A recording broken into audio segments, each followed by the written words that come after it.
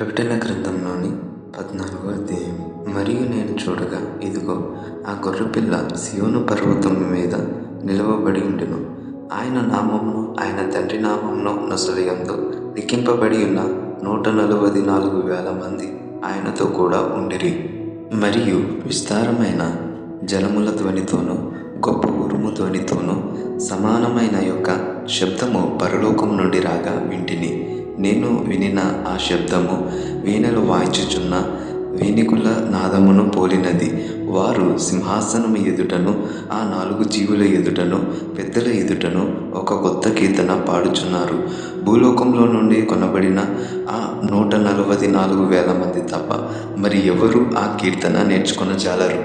వీరు స్త్రీ సాంగత్యమున అపవిత్రులు కానివారు, స్త్రీ సాంగత్యము ఎరుగని వారినై ఉండి గొర్రెపిల్ల ఎక్కడికి పోవునో అక్కడికెల్లా ఆయనను వెంబడిద్దురు.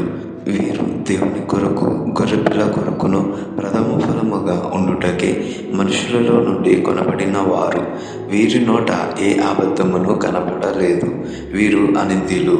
అప్పుడు మరి ఒక దూతను చూచి తిని, అతడు భూనివాసులకు అనగా ప్రతి జనమునకును, ప్రతి వంశమునకును, ఆయా భాషలు మాట్లాడు వారికిని, ప్రతి ప్రజకును ప్రకటించినట్లు నిత్య సువార్త తీసుకుని ఆకాశ మధ్యమున ఎగురుచుండెను. అతడు, మీరు దేవునికి భయపడి ఆయనను మహిమపరచుడి.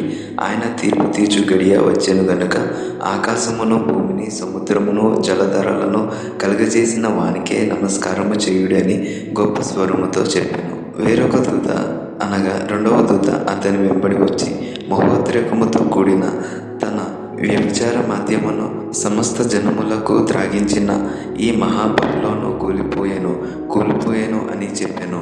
మరియు వేరొక దూత అనగా 3వ దూత వీరి వెంబడి వచ్చి గొప్ప స్వరంతో ఇలాగూ చెప్పెను, ఆ క్రూర మృగమునకు గాని దాని ప్రతిమకు గాని ఎవడైనను నమస్కారము చేసి తన నొసటి అందేమి, చేతి మీదనేమి ఆ ముద్ర వేయించుకొనిన ఎడల ఏమీయూ కలపబడకుండా దేవుని ఉగ్రత పాత్రల్లో పోయబడిన దేవుని కోపమును మద్యమును వాడు త్రాగును.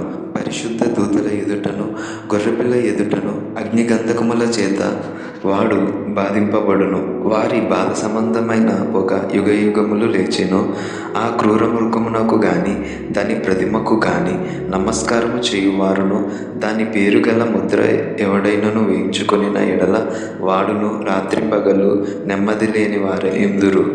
దేవుని ఆజ్ఞలను, యేసును గూర్చిన విశ్వాసమును గైకొనుచున్న పరిశుద్ధుల ఓర్పు ఇందులో కనబడును. అంతటా ఇప్పటి నుండి ప్రభువునందు మృతులు ధన్యులని వ్రాయుమని పరలోకం నుండి ఒక స్వరము చెప్పగా వింటిని. నిజమే, వారు ప్రయాసములు మాని విశ్రాంతి పొందుదురు. వారి క్రియలు వారి వెంట పోవునని ఆత్మ చెప్పుచున్నాడు. మరియు నేను చూడగా, ఇదిగో, తెల్లని మేఘము కనబడెను. మనుష్య కుమారుని పోలిన ఒకడు ఆ మేఘము మీద ఆసీనుడై ఉండెను. ఆయన శిరస్సు మీద సువర్ణ కిరీటమును, చేతిలో వాడిగల కొడవలియు ఉండెను. అప్పుడు మరి ఒక దూత దేవాలయములో నుండి వెడలి వచ్చి, భూమి పేరుపడి ఉన్నది అనగా ఎండిపోయి ఉన్నది, కోతకాలము వచ్చినది, నీ కొడవలి పెట్టి కొయ్యమని గొప్ప స్వరముతో ఆ మేఘము మీద ఆసీనుడై ఉన్న వానితో చెప్పెను. మేఘము మీద ఆసీనుడై ఉన్నవాడు తన కొడవలి భూమి మీద వేయగా భూమి పేరు కొయ్యబడెను. ఇంకొక దూత పరలోకమందున్న ఆలయంలో నుండి వెడలి వచ్చెను. అతని యొద్దను వాడిగల కొడవలి ఉండెను. మరి ఒక దూత బలిపీఠము నుండి వెడలి వచ్చెను. అతడు అగ్ని మీద అధికారము నొందినవాడు.